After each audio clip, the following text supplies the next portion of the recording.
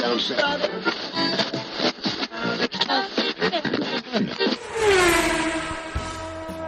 listening to the Untitled Car Show in partnership with RightFootDown.com. Visit Right Foot Down for your daily automotive fix. If you enjoyed today's program, please tell a friend. It's the best way to support this show. If you want to visit the archives, go to YouTube and search for Untitled Car Show. That'll bring you to the archived episodes. If you want to follow the show, just search for Untitled Car Show on Twitter, Facebook, or Instagram. You can always send an email to the show at untitledcarshow@rightfootdown.com. We're so glad you decided to spend the next hour or so with us. Without further ado, let's get into today's program. Hello and welcome to the Untitled Car Show. I'm joined today by a fairly new podcaster on the scene. It's Andrew Pascarella. I like to say it when it's fresh in my brain like that. He and his buddy Brad host Auto Off Topic podcast. It's a fun little show. It's definitely got its own little unique voice. I very much enjoy listening to it. I'm a little behind, I must admit, so I'm sorry about that, Andrew, but it's a podcast that you should go check out if you like, especially if you like listening to Andrew today. Andrew, how are you doing this evening? I'm doing well. Thank you. All right. So let me just kind of get off with the first thing. So what made you decide you wanted to do a podcast? Well, my friend Jordan got me to listen to some of the well-known automotive podcasts. And then I kind of went down the rabbit hole from there. I started finding other automotive podcasts. I started listening to them and downloading them. And I sort of found, other non-automotive podcasts. I kind of fell in love with the medium. I really liked it. And, I have a friend who, him and his brother started a podcast about vintage video games. Oh. And I ended up being a guest on there. I had a really fun time, and I was like, you know what? I should do my own.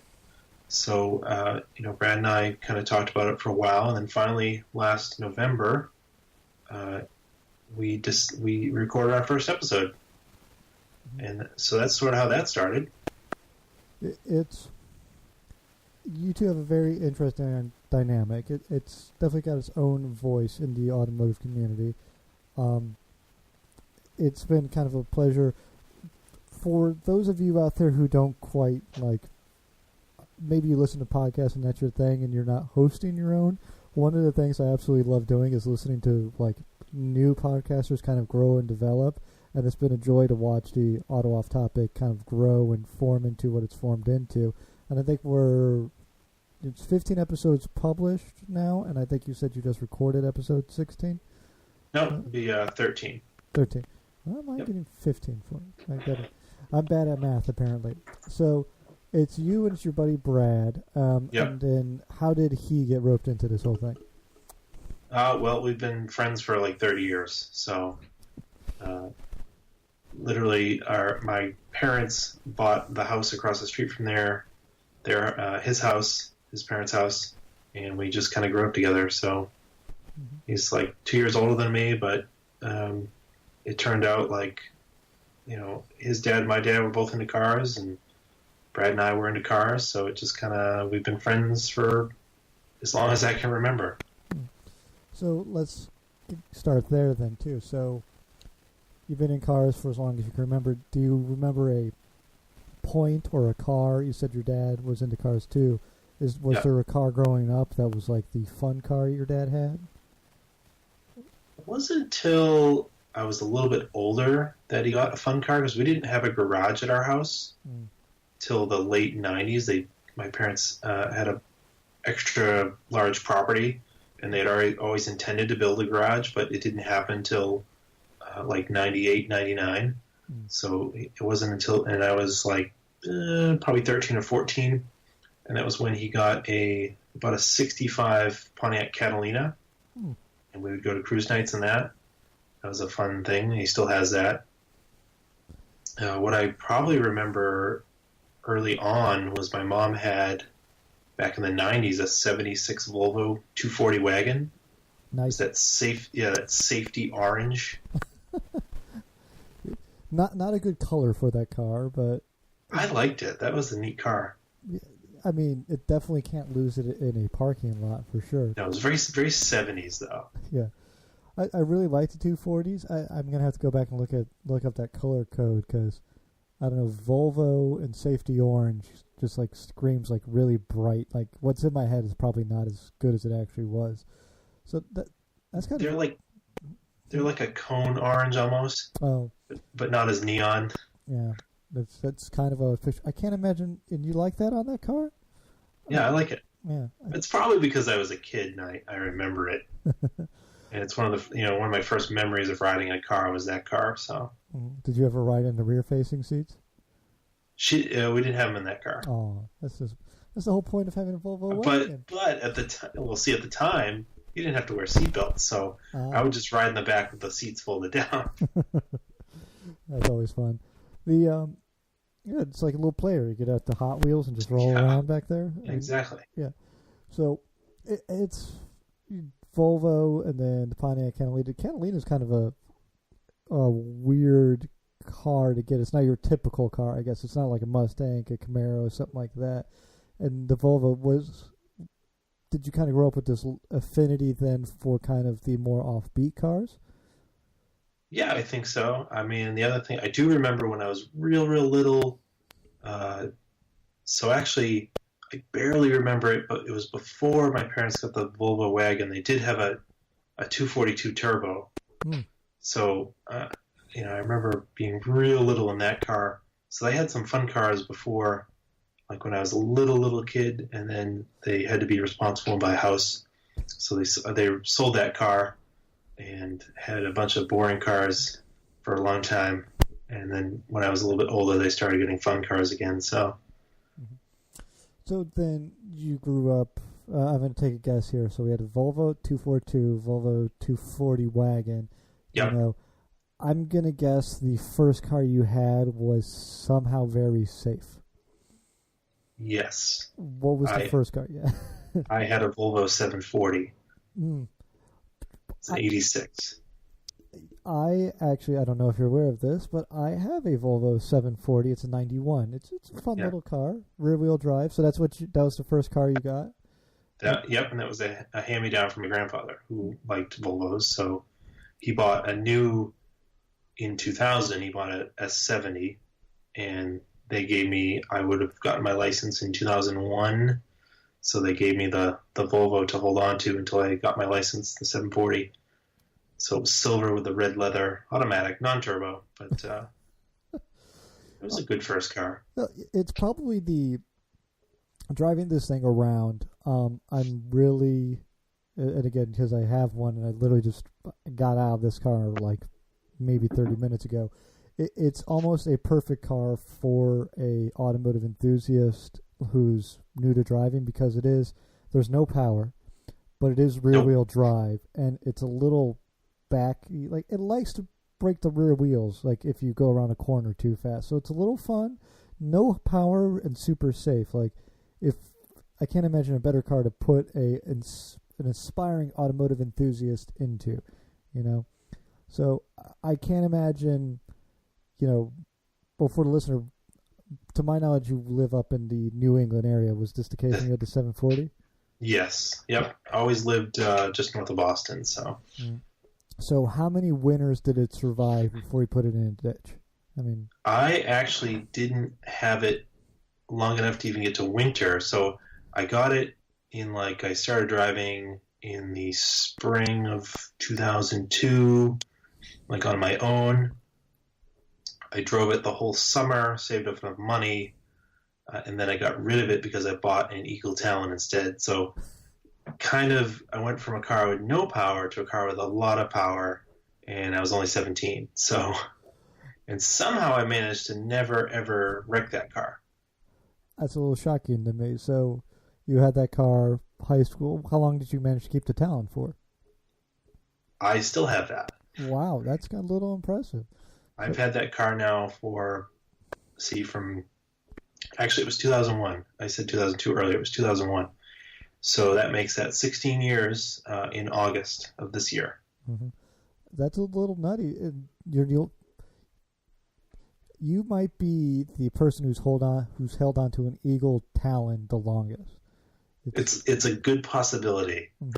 You might hold a record that maybe like for brands that are dead, for people still being able to hold on and daily drive. You might hold a record there. Maybe there's a weird Studebaker guy out there, but I doubt it. Maybe. You know? Yeah. I mean, Eagle. Do people know what it is anymore? I mean, no, not really. I mean, I don't drive it every day anymore. That's probably why it survived for so long. I stopped dailying it back in 2004, and I ended up putting a bunch of parts into it, and I had in like 2003, there was a big rainstorm. I went through a puddle. I had to lock the engine.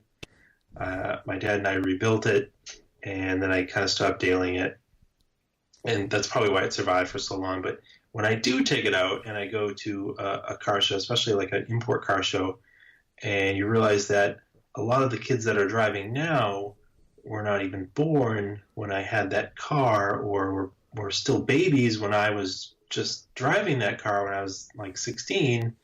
It's kind of crazy, and nobody knows what it is.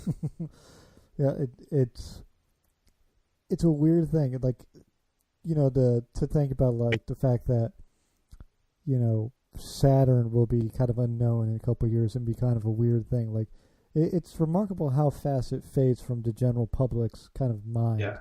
So, and Eagle has like the extra weird that, you know, it only existed for a couple of years because AMC went away and became Eagle, then it just kind of disappeared. And they were all kind of badge jobs. You know, they weren't. Eagle never had its own car. They were always just rebadged vehicles from other makers. Mm-hmm. Yeah, it was like, well, we have a Mitsubishi, so throw an Eagle badge on it. That's fine. Yeah. So, what was the Eagle Talon besides an Eagle Talon? Because it was probably, two other cars? Probably a Mitsubishi. It was an Eclipse and a Plymouth Laser. That's what Plymouth. Oh, that's another good one. Yeah. Yeah. Plymouth outlived Eagle, huh? That's weird. Not for much longer. I mean, Eagle went to 98. Mm-hmm. And then what did Plymouth go to? Late 2000s? No, I think they were dead around 2000, 2001.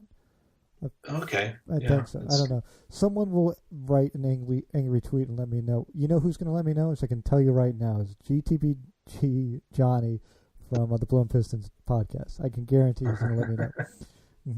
Mm-hmm. It's a nice little shot. Hi, Johnny. I don't know. It's a weird thing. So you had the Talon, you hydrolocked it, and then what was after that? I mean, what were you driving around while you were fixing that thing up? For a little bit, I had a Volvo 240, a 91.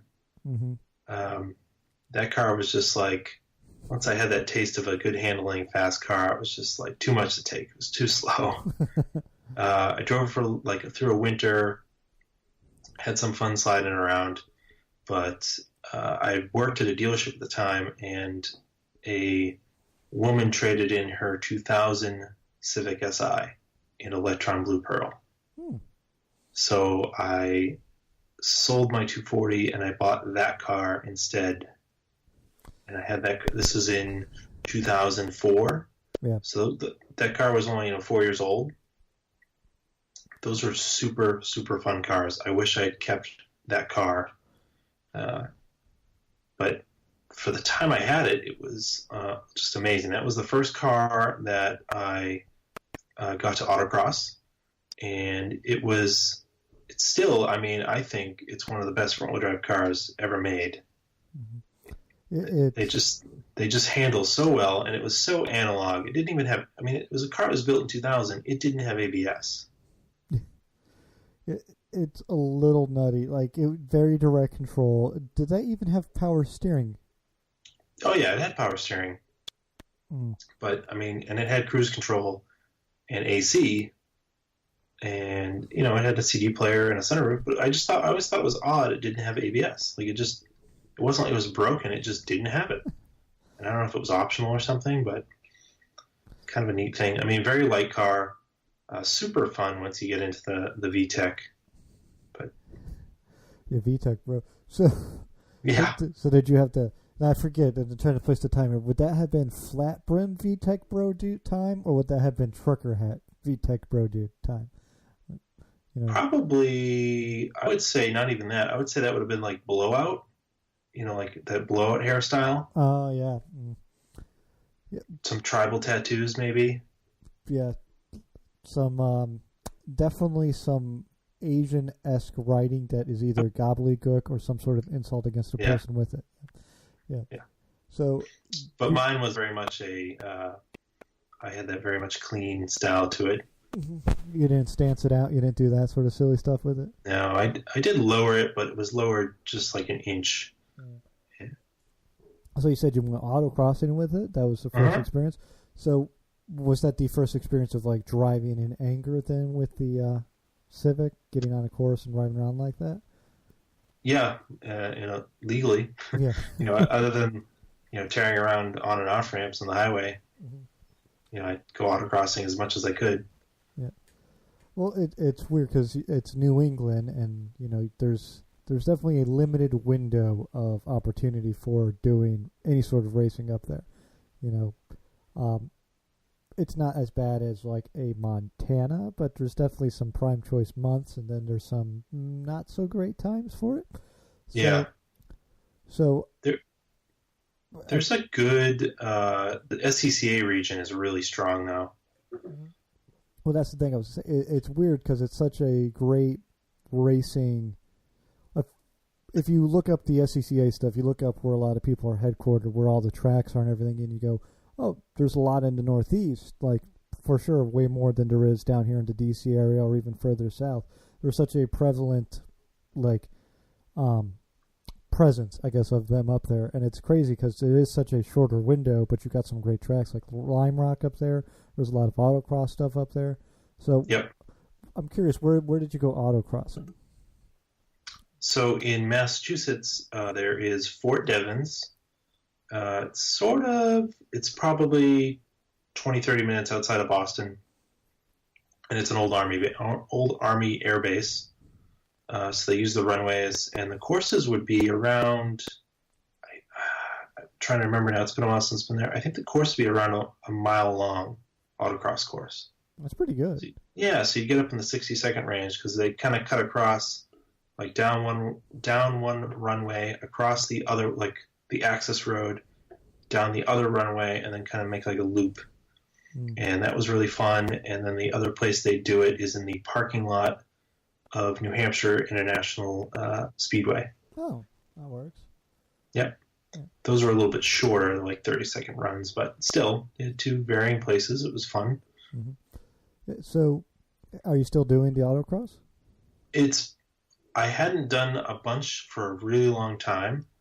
I did one in September after I hadn't done any for a long while, and that was pretty fun.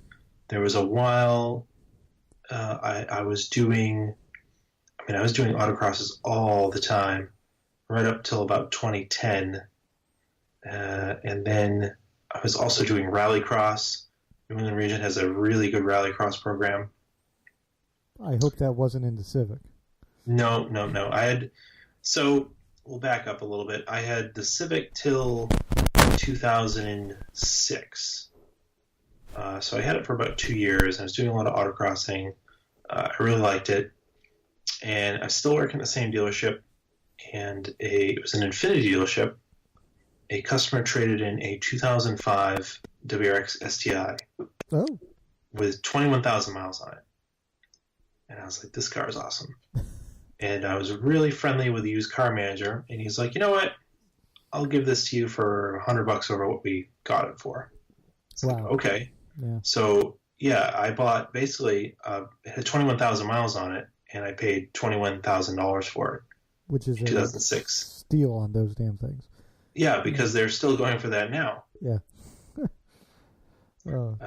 So I had that till, and then I started autocrossing that, and I did that with that car till 2008, and I actually won the Street Touring Ultimate Championship for the NER region with it. So that was pretty fun. Yeah, it's impressive. What did you go to nationals, or what did you? No, just regional. Oh. I wasn't very competitive nationally. I was competitive regionally, but once you get to nationals, people get real crazy with autocross. They get really into it. I mean, far more into it than you probably should be, but to each their own. Yeah. So, and you took that rally crossing? I did once. I did a snow cross with it because Yeah. snow is not as rough. In the meantime, my friend Brad had a 95 Mirage, Mitsubishi Mirage, 5-speed. So this front-wheel drive car, very light. It had the 1.8 motor, and he brought that to one of the first snow crosses we went to, and he did pretty well with it. So what ended up happening is we started going to rally crosses with that car, and all we had on it were snow tires, and we'd run stock front-wheel drive, and we'd have a blast. Yeah, and it's not as punishing to the car as I think some people might think it is. It depends on where they're holding it, what the course is. We had a couple places, because a lot of the places up in New England where they'll have it will be like I don't know if you've ever been to like a ski resort, like a parking lot at a ski resort. It's usually like heavy, thick gravel with a lot of little pieces of granite rocks in it, because granite's very prevalent up here in New England. Yeah. That can get pretty abrasive. There was a couple places that, I mean, this car kind of got the crap kicked out of it. So you'd put it up on the lift to work on it, and there was like almost no paint left on the bottom. So yes and no. If you're just doing it like grass fields, it's not that bad on your car. But some of these gravel parking lots where you're doing it in, it's pretty rough. Yeah. I rescind that thing. Yeah, because the people I know race around here, but it's basically just like muddy. Like you're more likely to get stuck than you are to damage anything. Exactly. Yeah. So racing a Mirage, I like that. Well, we got to get back to your Mitsubishi thing, because that's one of the things I really enjoyed about a couple of the episodes I listened to. Is fuck it, we'll get into it right now. You're not a Mitsubishi hater like a lot of people out there are. No. Yeah. Yeah, I really like Mitsubishi, and I know the people listening are like, oh my god, he's going on about Mitsubishi again. But guess what? My show, I get to talk about what I want to talk about. So have you had the chance to drive the new Mirage? I was working at a Mitsubishi dealer in 2013, and the Mirage had just launched, and I went to the launch. They had all the employees. We went to a local hotel. They gave us the whole spiel about launching it. And I literally was changing jobs like a few days afterwards. This was all pre-planned, but they wanted me to go to the training because as a dealer you get special perks if all your people are trained. So I was like, whatever, I'll do it for one last thing. But I never got to drive one. I really wanted to try driving it. It's not a driver's car, but it's definitely. It's got character. I guess that's a good way to put it. It's a car. It has 4 wheels, and they're inexpensive. And I think a lot of people shit on them, but you know what? It's a cheap car. What do you want from it? It's got an endearing quality to it that I absolutely enjoy. Like I drove one, I reviewed one, and it was like, I like it, and I can't tell you why I like it, but I like it. So it's weird. Maybe that's It just works. Like, it's a simple car. Yeah. So, I mean, what is your favorite Mitsubishi then? I mean, we all like the Lancer Evolution, but that's kind of a cheat. Do you have another Mitsubishi out there that you really enjoy? I mean, I probably have a couple. Because, I mean, I had a 2008 Evo 10 for a little while. That was a really fun car. Mm-hmm. I, of course, have my Talon is basically an Eclipse. True. So, and I've obviously had that for a long time, so I like that. And I also have a Galant VR4, which is basically the same drivetrain from an Eclipse stuck in a 4-door body. Mm-hmm. So, and then I also have I currently have two Monteros because I have an 89 and then I bought a 99 recently from Arizona and I'm having that shipped out here. So you could say I really like Mitsubishis, I guess. Mm-hmm. I'm gathering that. Yeah. And it's a wide range of them. Mm-hmm. So then we kind of have to go. So there is a weird affinity for. You decided to go with kind of the weird of the weird. I mean, Mitsubishi is at one point was a very mainstream brand, but they've kind of fallen. I think more people would recognize a Volvo than a Mitsubishi now, which is a weird turnaround, like from even 5 years ago. Yeah. So, I mean, we have to ask. So you had a Lancer Evolution. Yep. What happened to the Lancer? It was a new car. You know, you're making payments on it, and I was like, you know what, I need to save some money. I didn't own a house at the time. I just needed to get rid of it. So I ended up selling it back to the dealership for what I owed for it, and I basically just walked away from it because it was a 2008, and in 2010 I got rid of it and only had 11,000 miles on it. Wow. Because what happened, I had bought it, and then like maybe 2 or 3 months after I bought it, I used to play soccer indoors, and I ruptured my Achilles tendon while I was playing soccer, so I couldn't drive a 5-speed for about 6 months. Oof. Because it was my left Achilles. Yeah. That sucks. That is like one of my like great fears in life is having something happen to the Achilles tendon. I've just heard some horror stories on that. So, like, I feel what is the word?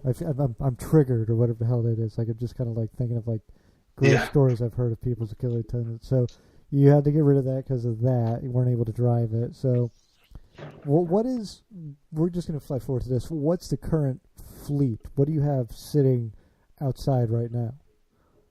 I've got the 80 Montero, the Golf R4 is in the garage, and that's next to the Talon is sitting in my garage. So those are put away for the winter, but the truck gets driven all the time.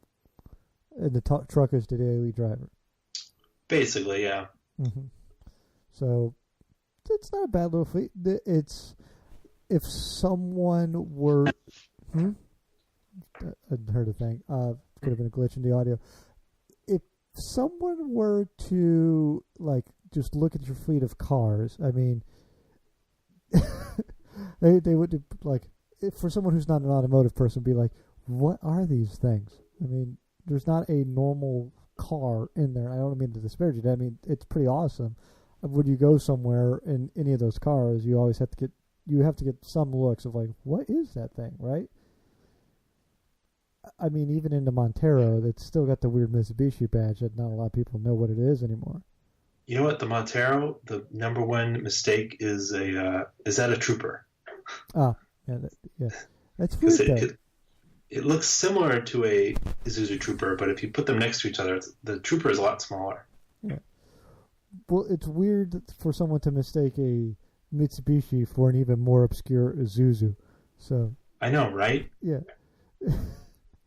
I mean, maybe that just tells you, like, you know, God love them. I love Mitsubishi, but they got to work on that whole advertising thing. So, like, we're still a brand. We're still a thing. They never advertised. That's their problem. Mm-hmm. Yeah, I think. Yeah. I feel bad because I had Francine, who was in charge of advertising for Mitsubishi, but I think I've seen, like, a couple brands since then, or a couple ads. Like, they had the weird, I forget the SUV, the Outlander. They had like a commercial bit for that during the Super Bowl, and like that was it. But who knows? They have all the money now. Now they're part of Nissan, so who knows what's going to happen? Well, that's a good one. So, what do you think? What would you like to see come out of that partnership between Nissan and Mitsubishi? I'd like to see them. I wish they would take like Mazda's lead and just build cars that are for drivers, and just kind of screw convention. And stop trying to compete with like Honda and Toyota because they never will. Yeah. And just like I think Mazda sort of figured that out. If we just quietly build nice cars that people want to drive, we'll hold our own. I think that's good. Is there a platform you'd like to see a Mitsubishi badge on from Nissan? There's a very obvious answer here.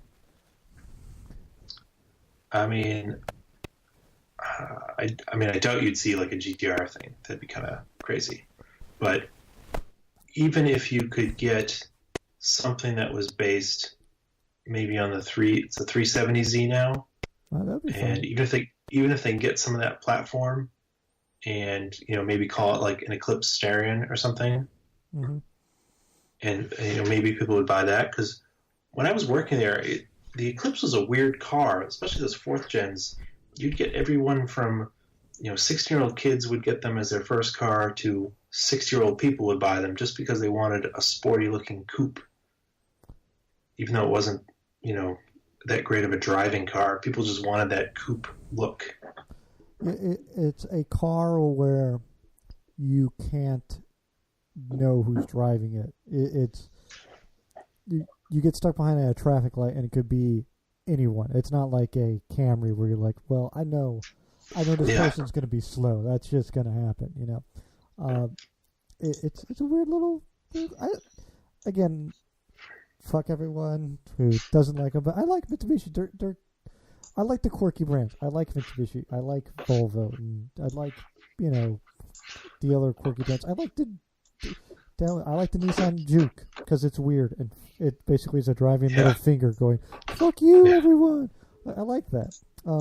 Stuff that's different is just better in my mind. So you got these cars. You're driving around these weird things. I mean, you definitely have the credentials of an automotive enthusiast, which are kind of weird, outlandish stuff. I'm curious, when you go to the, when you go to meets, do you tend to go to the normal cars and coffee stuff, or do you go to like, Eclipse owners or Eagle owners anonymous, like whatever, like, or do you find yourself just going all over? Well, a couple of times they have done a Mitsubishi Owners Day. They'll do it in a couple of different places. They'll do one in California, which I really want to go to because I guess there's a really big following out there. But Mitsubishi has also held them down near Philadelphia. We've done that a couple of years, and that was really fun. But for the majority of the time, we do, I say we, meaning like Brad and I and my other car friends, we will go to just a regular Cars and Coffee, or there is a great automotive museum just outside of Boston in Brookline called the Lars Anderson, and they will do lawn events during the summer. And one of the lawn events is toward the end of the summer. Sometimes I think it's in October. They'll do a Japanese car day. So you just kind of show up with all kinds of Japanese cars. And that's super fun. All right. So let's kind of go back to the podcast. So I had a thought in my head, and now it quickly escaped me, and I am going to go ahead and vent here for a little bit before I can figure out what I was going to ask you. Okay. So the easiest, obvious question. So if someone, this is what happens when I read and I talk at the same time, is that's how that comes out. If someone were to tune into the show, what could they expect between you and Brad? Like, what is kind of, what is the show about, and kind of where do you want to take the show? So, we talk about cars, of course. We talk about our own cars and, what it's like to own project cars in New England, which they're usually kind of rusty, but we try to keep it realistic. We're working on inexpensive cars, and we don't have access to drive brand new cars and review them or anything. So there's that. And then in the wintertime, him and I have, for a long time, since we're little kids, we've always built model cars. Mm-hmm. So that's a really fun wintertime activity to sit and just build a scale model if you've got the patience for it. So we'll do a little segment we call Scale Project Cars, and we'll just talk about either the model kits we're building or the Hot Wheels that we found at the store that week. And then we try to pick a topic to kind of cover every week is what we've been doing lately. We'll see how long we can carry that. And then we've had our first guest that was on the 10th episode, and I think we sort of planned we'll try to do a guest maybe once a month, either locally or do the Skype thing. But so that's sort of the plan with that. Mm-hmm. And is there, like, looking ahead, looking down the road, is there something you'd like to do with the show? Like take it somewhere, or, is there a segment that you want to be able to do, but you just haven't been able to do it quite yet? I'd like to do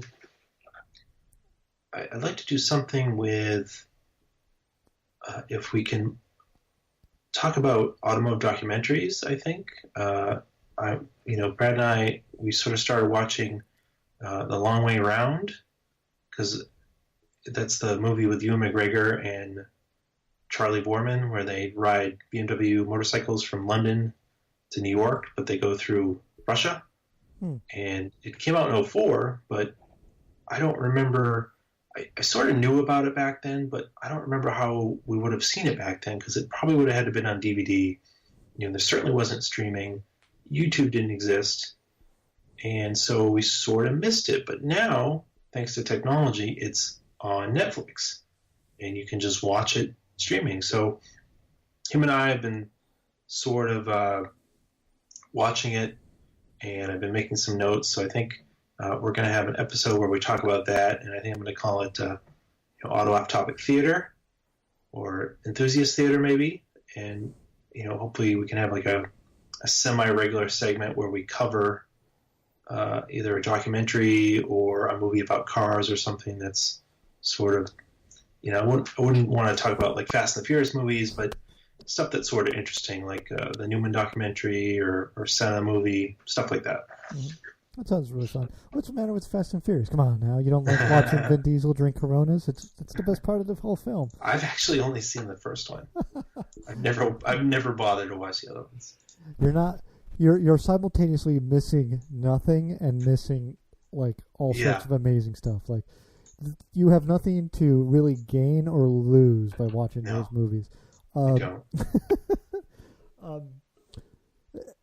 It's good. You guys got a voice. I've listening to the latest one because I've been jumping around trying to just kind of get more familiar with the show. The worst part about doing research to interview people is I want to sit and listen to everything organically, but I kind of have to pull and do all sort of stuff. And I have to ask because I saw in the description, and I didn't quite get to this part yet in the episode, but you're going to Daytona this weekend? That's right. So I sort of was like, you know what? I've always wanted to go to Daytona. And my fiance is away on business this weekend. So I was like, well, now's the time to do it. Mm-hmm. She won't be upset because she's not around.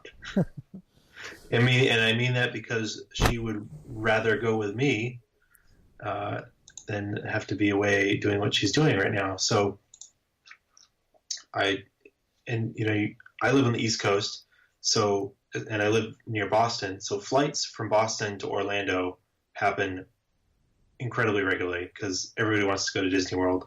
So you can just hop on a JetBlue flight. It was super cheap. I'm flying out at 8 o'clock on a Saturday morning, and you get there roughly noontime. You have 2 hours. I can drive from Orlando to Daytona, and you'll be there. I'll be there probably at 1 o'clock. Ideally, I hope, if I planned it right. I can watch the whole race, maybe take a nap in the rental car or something. I can watch almost the whole race.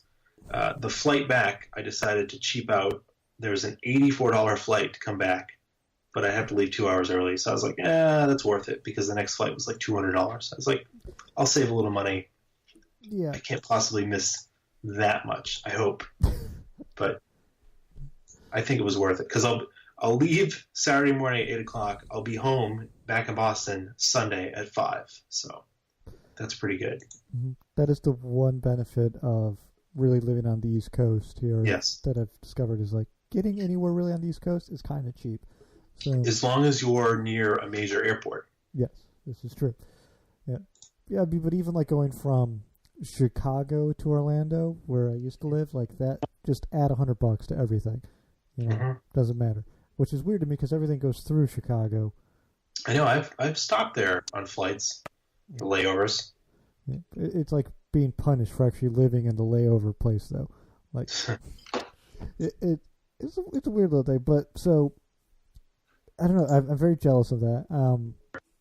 Like I heard I guess the tickets to Daytona are fairly cheap, which I didn't think that would be the case. Like, yeah, it was like a race entry was like $60, and then a pit pass was like $45. So I was like, okay. And then parking was super cheap. It was like $20. I was like, all right, that's fine. And then you're checking out, and it's like, oh, maybe you want this. And it was like breakfast Sunday morning, like breakfast like buffet or something. 8 a.m. till whatever it was for $18. I was like, I'm probably gonna want that. So I just tacked that on, and all said and done for like whatever it was, $130 or something. Like, I think that's totally worth it for 24 hours of racing. Yeah, it's pretty good. I didn't realize it was that cheap, and it makes me want to do this next year. Like, honestly, now. Yeah. So, from what I heard too, you've always been into kind of the racing. You used to do You used to like NASCAR before the rules changed, or something happened in the '90s, more or less. If I heard right on the show. Or yeah, I was always, I was kind of into it, and then I guess you're into it because your parents are into it. But then as you get older and you sort of discover the other things that are involved, or the other types of racing that exists, you start to find stuff that maybe you think is a little bit cooler. And that's kind of how I got was really into rally and rally spectating. Mm-hmm. Ooh, so that's been interesting. So what have you gone out and spectated rally-wise? I've been going to the New England Forest Rally, which was the main Forest Rally up until 2005. So I've been going to that since 2002. I haven't missed one.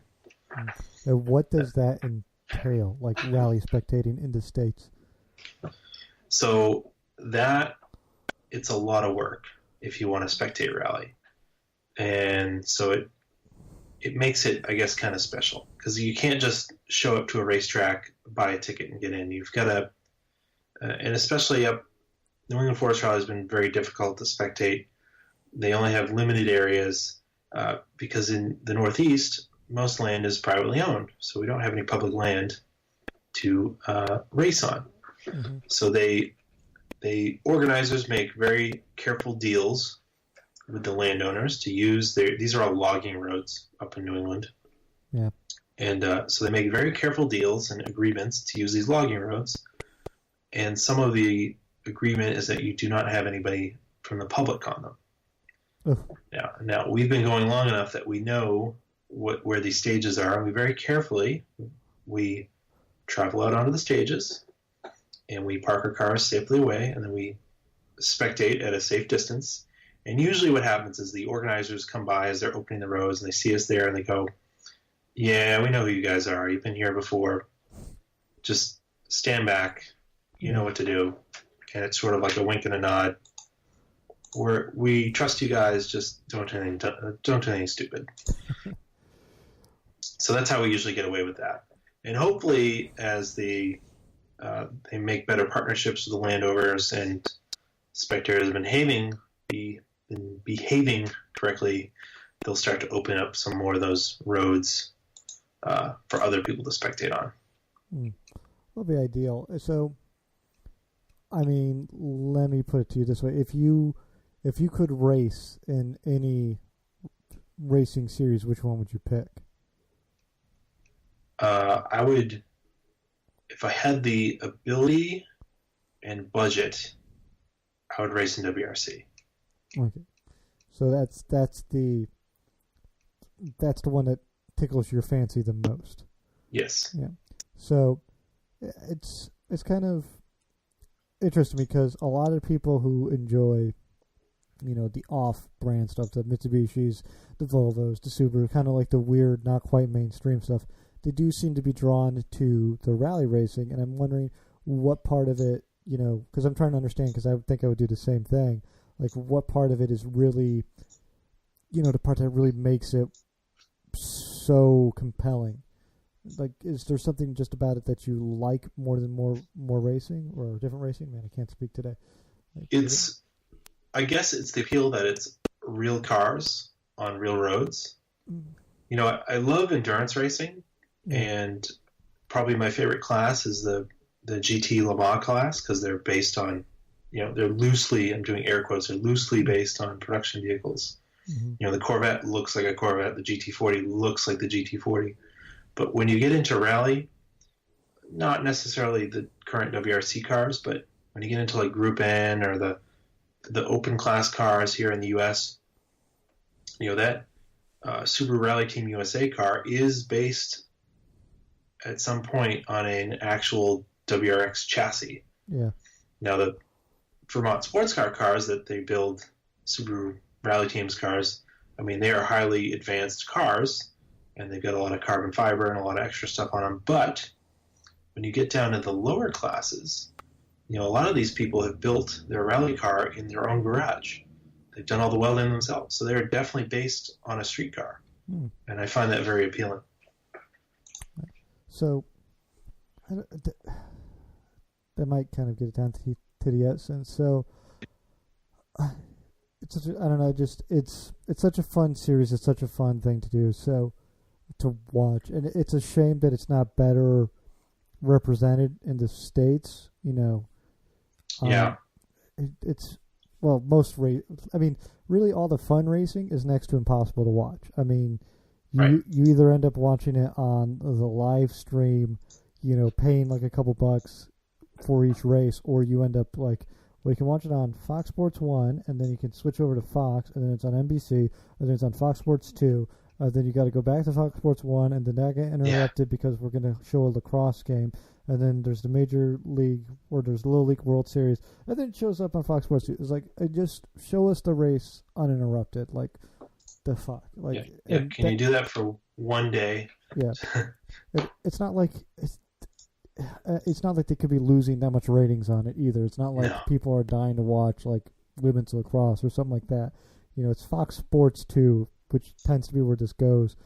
I don't know, it just drives me nuts. I hate, like, in the perfect world, I would just set up a channel where you could watch, like, the Paris-Dakar rally, and that would just be on the screen until that was over, and then we'll just show, like, a World Endurance Challenge race, and then it would just, like, keep going, like, from race to race to race, and then, because it's just so fun.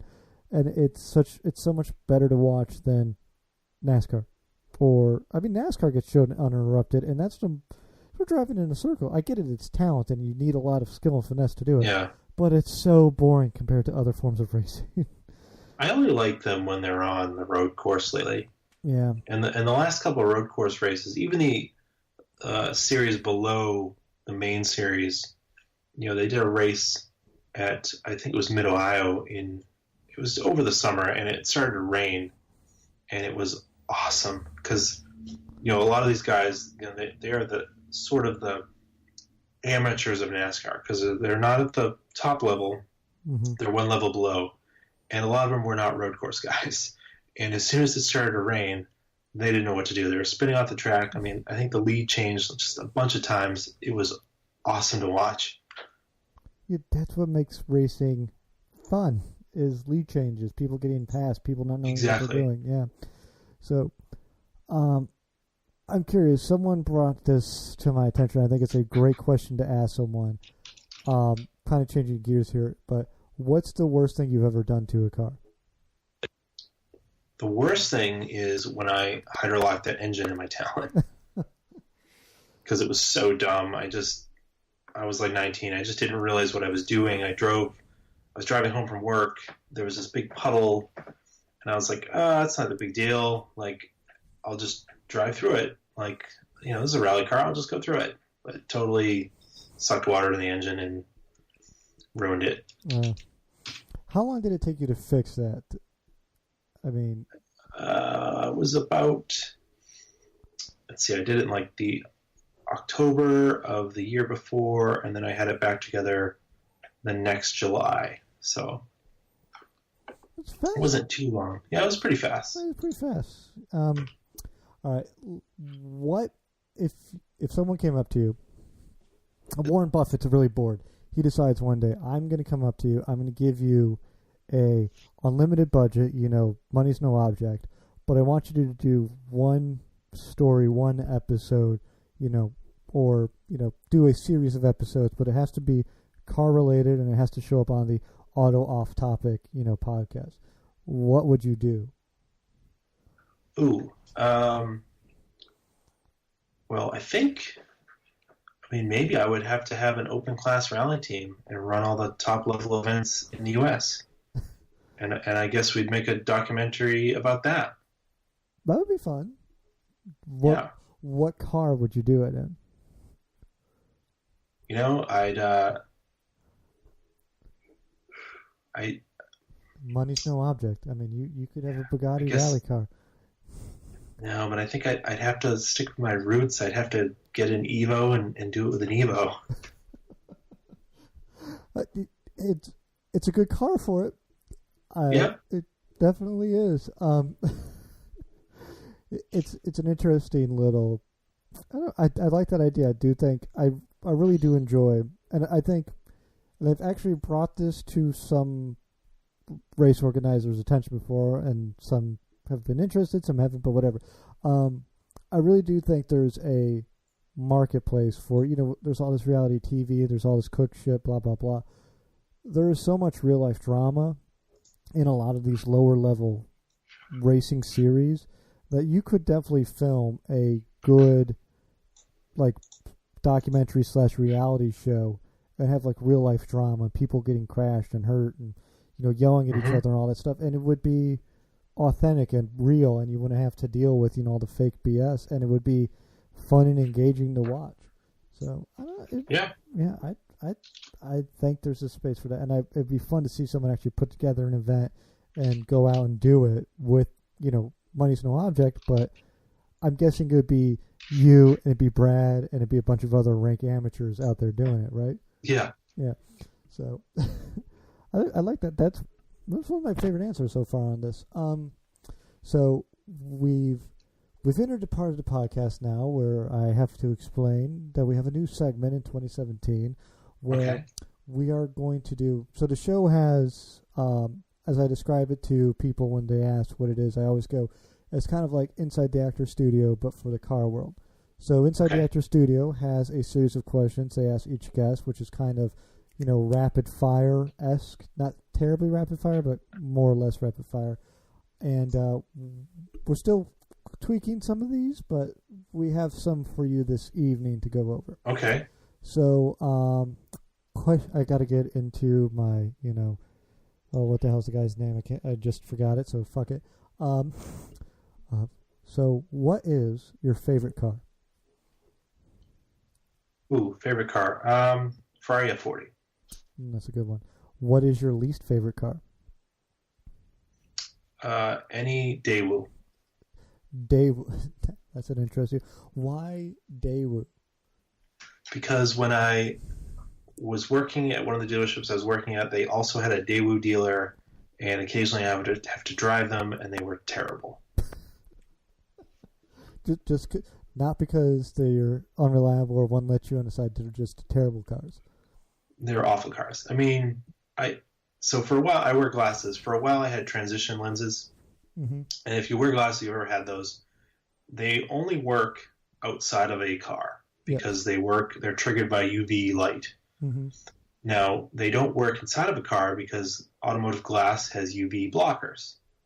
And I was told this when I bought them, and they never worked in any car until I got into a Daewoo.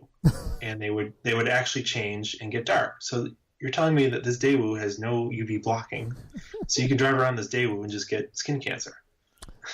That's awesome. Yeah, that is cheapness to the max. Like, well, do we really need UV blocker? Yeah, exactly. So what modification trend turns you off? So that would be like a donk, a stance, a brodozer, stuff along that line. What trend is the one that turns you off? big diesel trucks that are lifted and never go off road. Yes. Okay, that's a good one.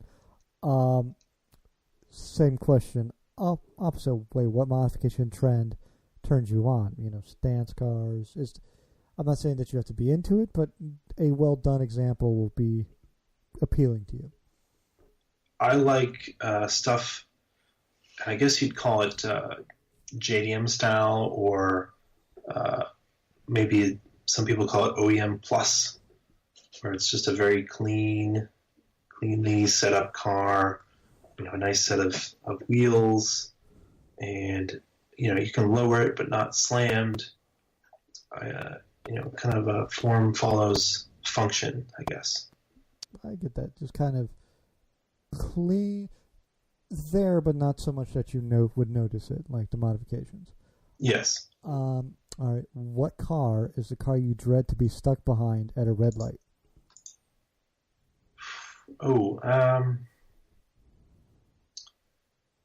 Probably like an Avalon or something.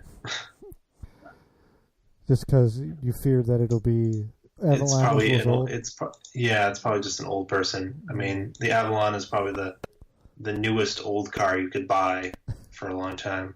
Mm-hmm. There's a particular someone who, if they listen to this, is going to be pissed at that remark, but tough pitch to them. What automotive sound or noise do you love? I like the sound of turbo spooling up. What automotive sound or noise do you hate? When somebody needs to replace their brakes and they're on the wear indicators and they're just, coming to a stop next to you. It's just horrible, nails on chalkboard. Yes, that is a great one. That's 2 in a row for that question, actually. Let's see here. What is the hardest food to eat while driving?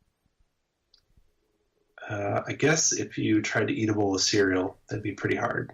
All right, and again with this segment, this turns into Ike's done stupid shit in cars. Cereal is hard, but I don't think it's the hardest food to eat. I mean, what type of cereal are we talking? Are we talking like oatmeal, or are we talking like Fruit Loops? I mean, I guess I would be eating. My favorite cereal is French Toast Crunch, so I'd be eating that if I were to eat cereal in the car. But that'd be, I mean, to me, that seems like that'd be really hard because, I commute to work every morning and, my fiance makes breakfast sandwiches for us, and it's kind of tricky sometimes to even eat that with one hand. So, I agree. The more I'm thinking about it, the more I go, there's not really an easy way to contain the milk. I guess that's the hardest part. Is the cereal. I mean, you have to. I mean, think about it. If you're sitting on the couch, you can just hold the bowl, and you can eat, with the spoon with your other hand, right? So if you're in a car, and maybe it's an automatic, but how are you steering the car if you're holding a bowl of cereal and trying to eat it? Yeah, this is a good point. This is a new lead. This is in the lead box for hardest food to eat while driving. Yeah. I think it's the milk. I think the milk puts it over the edge. Like, there's not a good bowl, really. I mean, there's also a really good It's Always Sunny in Philadelphia where Dennis is trying to eat a bowl of cereal and gets rear-ended. That was cereal. In my mind, it was soup. Yeah, he kept getting rear-ended whenever he tried to eat the cereal. Yeah. That's a good one. I do enjoy that episode. It's funny because that came up. I saw that episode after I came up with this question, which is very serendipitous. And then kind of the last one here is, what is your automotive pet peeve? You know what it is, and I did it earlier, is when people call an engine a motor, because it's not. A motor is electric. Yes. And I do it without realizing it sometimes, and then I hear people do it, and I'm like, it drives me crazy. But so that's my pet peeve. Right. It's good. So we're getting right about at time here, so we'll kind of end with, plugging the show here a bit. So it's automotive off topic, or is it auto off topic? It's auto off topic. It's Auto Off Topic podcast. You can find us on Facebook. If you just search Auto Off Topic, it should come up on iTunes, Google Music, and I've been posting back episodes to YouTube. Mm-hmm. You can also, if you want to follow me on Instagram, it would be Auto Off Topic on Instagram, or my personal account, which is Raced in Anger, all one word. It's what was that? Raced in Anger. Oh, Raced in Anger. I'm like, so like turn a wheel in anger, raced in anger. Okay. You have a slight New England accent, just so you know. So it's very slight. Yeah, I don't have. It's funny because a lot of times I'll travel and people go, "Where are you from?" I go, "Boston." They're like, "Oh," because they don't hear it. They think it's going to be like the movies, mm-hmm. and it's not necessarily. I mean, we don't say "ka" all the time, or I've been drinking a beer over here, but we don't talk like that all the time. Mm-hmm. You got to be very excited for next week with your Patriots. I'm concerned. I'm wondering what Belichick's going to do to the Falcons. So, he gave the Steelers all the flu, which was very smart of him. Yeah. Very, very brilliant man. I wish he, in another life, I think Belichick would have made a great automotive industrial, like, what the hell is that? Like a magnate, like some sort of like just in charge of probably like his own car brand. Or even like a Bob Lutz type figure where he's larger than life. So that's where people can go to find you. It's an absolutely, fantastic show. It's thank you. 13 episodes in. I'm enjoying it. I've reached this sad point in my life where I have less hours a day than I have great podcasts to listen to, and it's people like yours' fault for making such great stuff out there. Is there anything we should do? I'd like to ask this when it's kind of like a dual, like a group. Is there anything we should do to annoy Brad? Is there something we should tweet to him, or send on Instagram or Facebook? Just to annoy him. I don't know. I just enjoy annoying other halves of duels. Not that I can think of really. Not that I would want to share, because I'm not sure if he'd like it if I did that. But all right. Well, everyone listening, please go out, go give it a listen. If you like it, follow him on the social media. Everyone listening, I'll be right back with you to say goodbye on air. Andrew, just hold on a second, and I will say goodbye to you off air. All right, everyone, we'll be right back. If I can figure out where the pause button is. There we are.